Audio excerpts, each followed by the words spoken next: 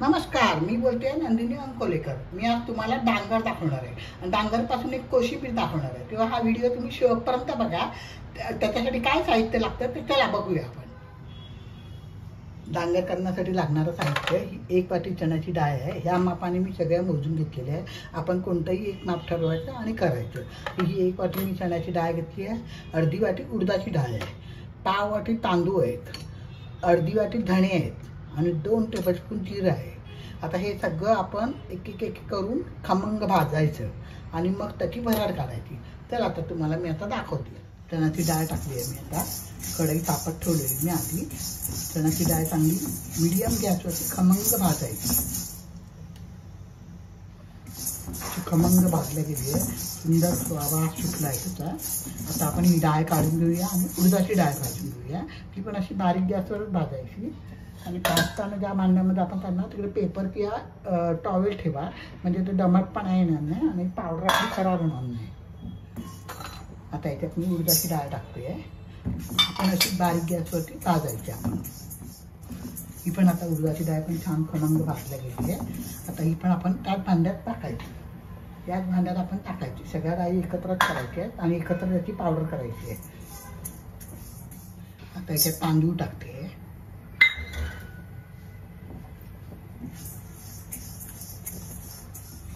तांदूळ पण चांगले आता भाजून झाले। तर आपण ते पण काढून घेऊया आणि धणे जिरे एकत्र भाजूया। जिरे टाकते आणि धणे टाकते।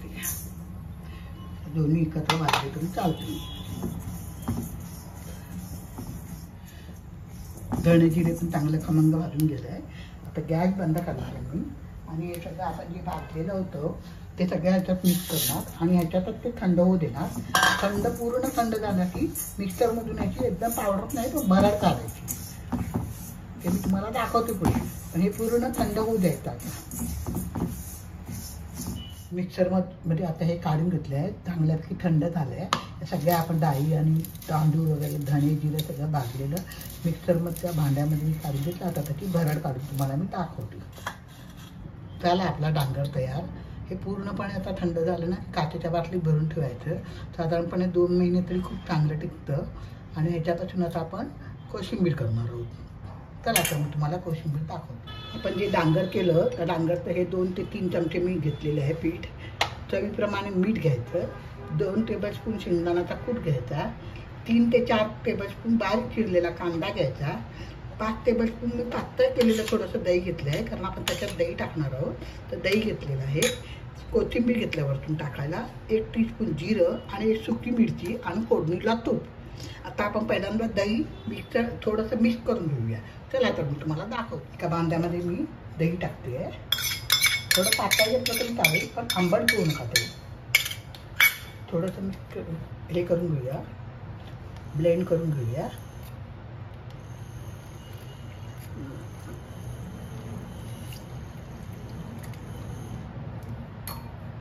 आता त्याच्यात आपण बारीक चिरलेला कांदा टाकूया।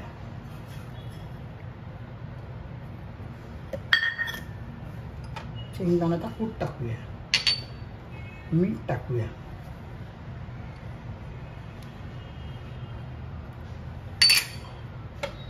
हे पहिल्यांदा आपण सगळं मिक्स करून घेऊया।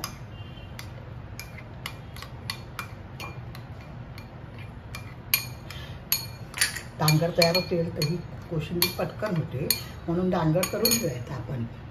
1-1.5 महिना तरी हा चांगला राहतो आणि वेगळी टेस्ट आहे याला। तर तुम्ही करून बघा। माझ्या चॅनलवर नवीन असाल तर सबस्क्राईब करा, लाईक करा, शेअर करायला विसरू नका। आता हे टाकते मी डांगर। हे पण चांगलं मिक्स करायचं।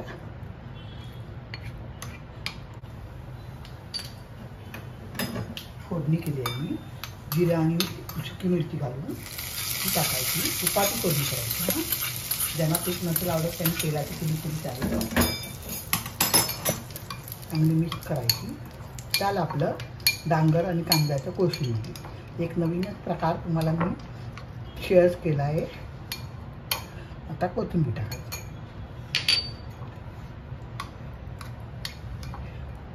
चला आता सर्व करूया।